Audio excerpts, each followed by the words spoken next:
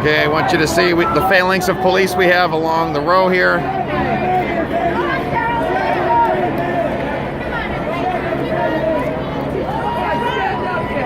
Absolutely, change gun laws. Let's have constitutional carry and national reciprocity.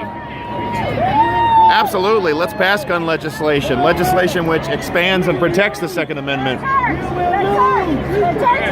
Stay human. Any of you guys like to be interviewed? No, not from Turks. Oh, please. No, I would love to. Come on over.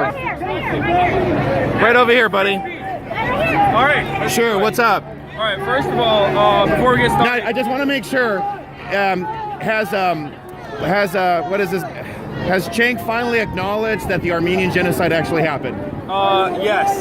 Anyway. Okay, he recognized it. You're here. I haven't heard him say that, so. Yeah, okay, but well, you recognize it happened, right? Okay. So you do realize the Young Do you want Turks. to talk about that, or do you want to actually talk about what you came out here to talk about? Well, that's one of them since you came up to me. But the other thing, which is the Second Amendment, it's essential that we know that people understand in Los Angeles that there are Trump supporters not just in LA County, but throughout the state of California. 4.5 million voted for Trump, Democrats and independents, as well as Republicans. I see a lot of signs that say we need to pass gun legislation. Honestly, I absolutely agree with that. We need constitutional carry.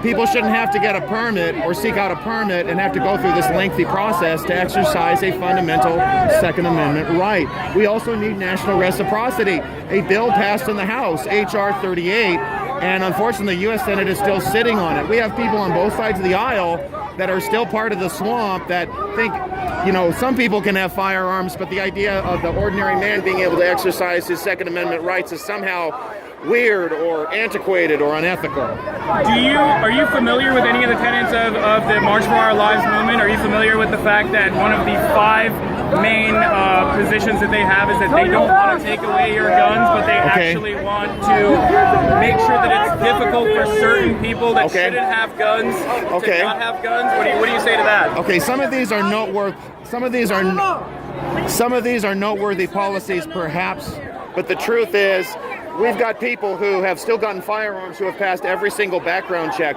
The Aurora, Colorado massacre at that movie theater, for example, that guy passed every single background check, but he still had mental health issues, and he still ended up shooting up a movie theater.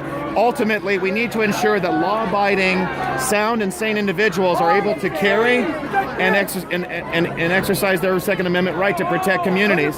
Consider what happened in Maryland, for example. A guy named Gaskill, Guy Gaskill, I believe his name was, good guy with a gun, neutralized an assailant at a Maryland high school.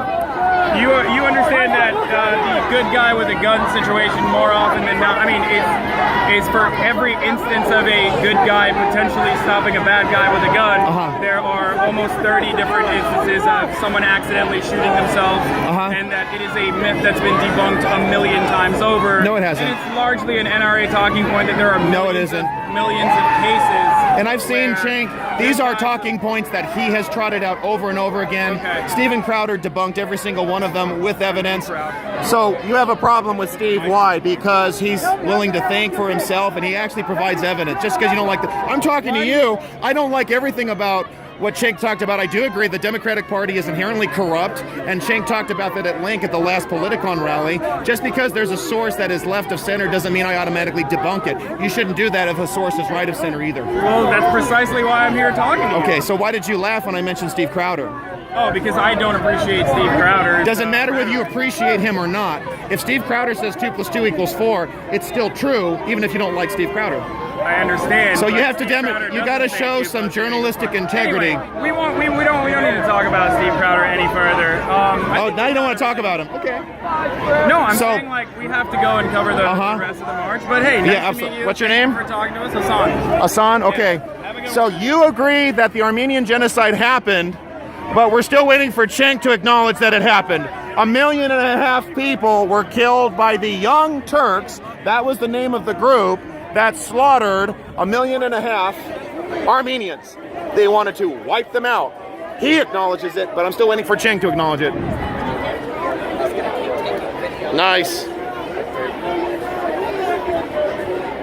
Very good. All right, folks, I'm going to start a new video.